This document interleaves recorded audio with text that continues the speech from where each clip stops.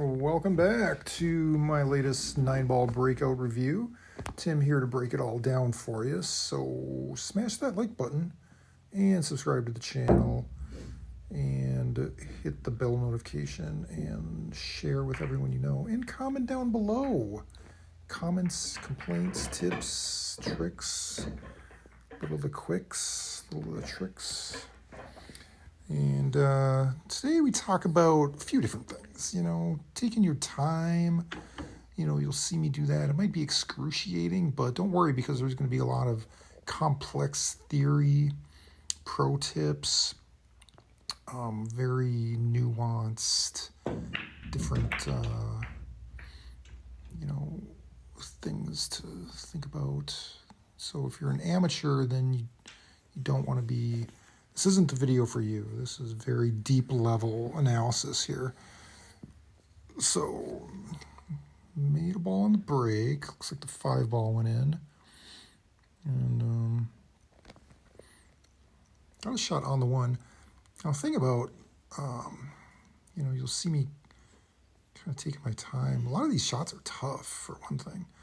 But, like, if I just went and hit them and try to go in rhythm or whatever, I'd miss and then I'd have to start over and then do it again and get frustrated, and it'd be like hours and hours of just frustration, make myself crazy, wanting to quit, instead of one, longer run where it takes a little longer between each shot. But overall, it's a lot faster because it's 10 minutes. It's like, okay, 10 minutes out of my life. That's not that bad. Now I can take a break and I've accomplished what I wanted to. So yeah, this one, we got a nice little bump off the rail there and set up for the 2. And a lot of these are just kind of gentle, just, you just kind of slide into position.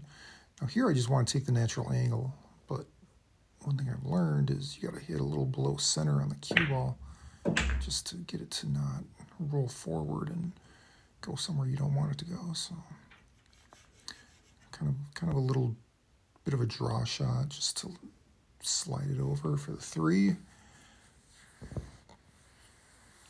Yeah, if you just hit middle ball and you're at any kind of an angle at all, it's going to like roll forward on you and just take off, even if you hit it soft.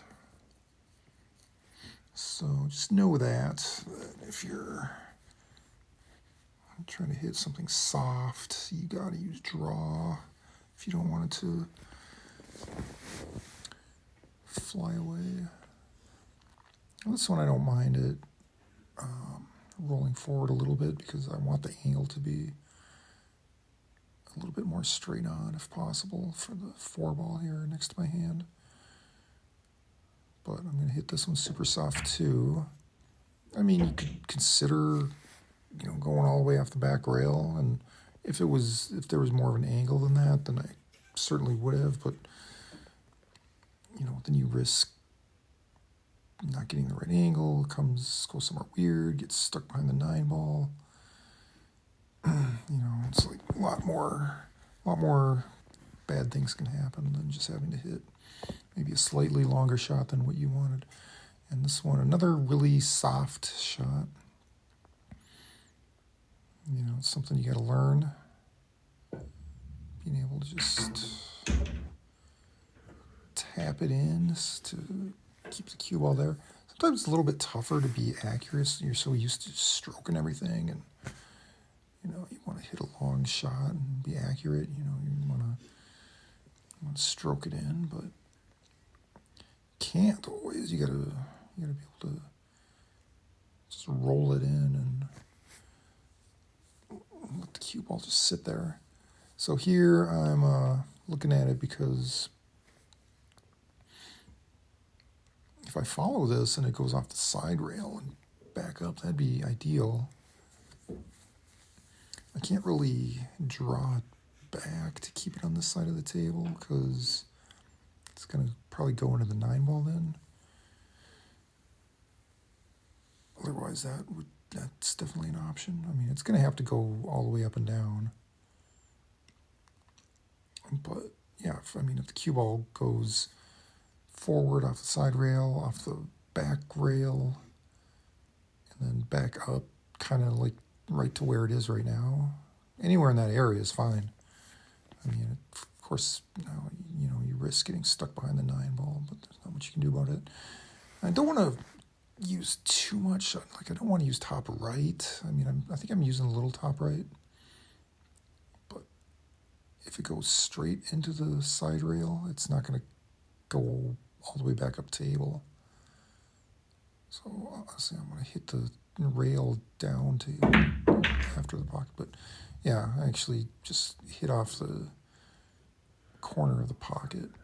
So I almost hit where I wanted to, which was the rail below the pocket, so it would bounce back up.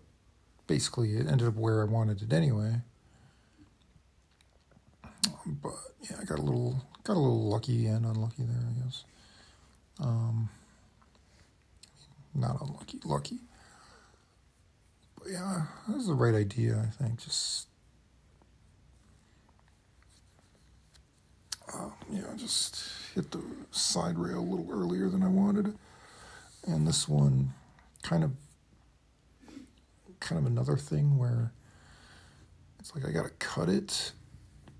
It's gonna go off one rail. I want it to again try to go off the other rail to the right, on the right side from our perspective, down below the 8-ball, and then off the back rail, and then off the other side rail again, and just be all the way down table. It'd be like 1, 2, 3, like 4 different rails, potentially. Because, yeah, and I don't have to really worry about hitting it too hard necessarily, because if it's going in like this kind of zigzag pattern down table, I don't think it's going to get to the point where like it comes all the way back up on the opposite side of the 8-ball I don't want it to be on. Hopefully not. It shouldn't. So I'm hitting this basically middle ball. I thought this would go more of an angle down table when I hit it. But yeah, it actually just did that. Again,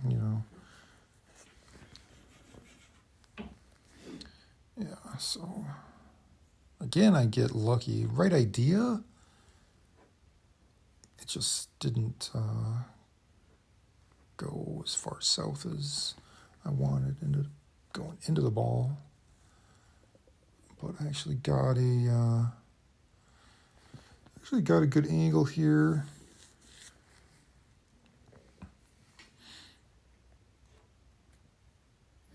And for some reason, these ones where I'm shooting from the rail, I have trouble drawing these, like, probably because of the angle. For some reason, I can't. For some reason, I don't draw on these. Let's see how hard I hit this. Maybe I pulled a little. Yeah, it felt like I hit that pretty solid, but yeah, it just didn't draw. Kind of weird. Guess I got to hit a little harder. I don't know. But yeah, that's something where I should be able to get it to do what I want. I still have a shot, but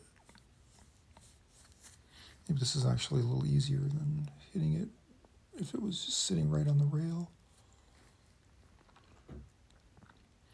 But again, taking my time here, better to just finish the deal rather than have to start all over.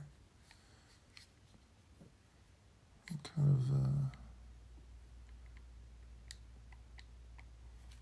of aiming. I don't know how you guys do your aiming. Do you like look at the contact point and try to hit it, or do you measure? Like for me, it's kind of like 2 Q-tip widths out from the edge or something. I don't know. Maybe